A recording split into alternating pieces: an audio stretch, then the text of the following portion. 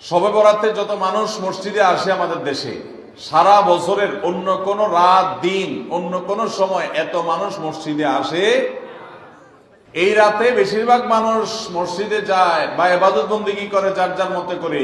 বেশিরভাগ মানুষের ধারণা হলো যে এই রাতে ভাগ্য ঠিক হয়।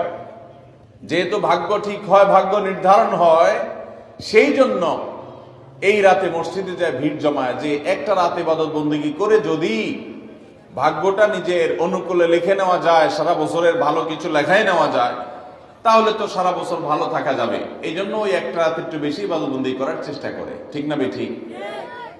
ভাইরা আমার, প্রথম কথা হলো ভাগ্য নির্ধারণ এই রাতে নয়, বরং লাইলাতুল কদরে হয়।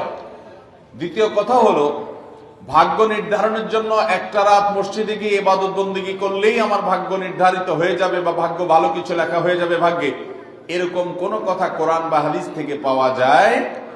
কোরআন হাদিসে কি পাওয়া যায়? সূরা নাহাল আয়াত নম্বর 97 আল্লাহ রাব্বুল আলামিন ইরশাদ করেছেন, মান আমিলা সালিহাম মিন যাকারিন আও উনসা ওয়া হুয়া মুমিন। পুরুষ হোক আর নারী হোক, যে কোনো ব্যক্তি যদি ঈমানদার অবস্থায় ভালো কাজ করে, কোরআন হাদিসে নির্দেশিত কাজ, আল্লাহ যা করতে বলেছেন, রাসূল সাল্লাল্লাহু আলাইহি ওয়াসাল্লাম যা করতে বলেছেন, যদি সে কাজগুলো করে, তাহলে কি হবে? আল্লাহ বলেছেন ফালানুহিয়ান্নাহু হায়াতান তাইয়্যিবাহ, তাহলে সেই পুরুষ সে নারীকে আমি পবিত্র জীবন দান করব। এই পবিত্র জীবনে মানুষ সুখী থাকবে, এই পবিত্র জীবনে মানুষ সমৃদ্ধ থাকবে, এই পবিত্র জীবনে মানুষ ভালো থাকবে, নেক থাকবে। ওয়ালানাজজিয়ান্নাহুম আজরাহুম বিআহসানি মা কানু ইয়ামালুন।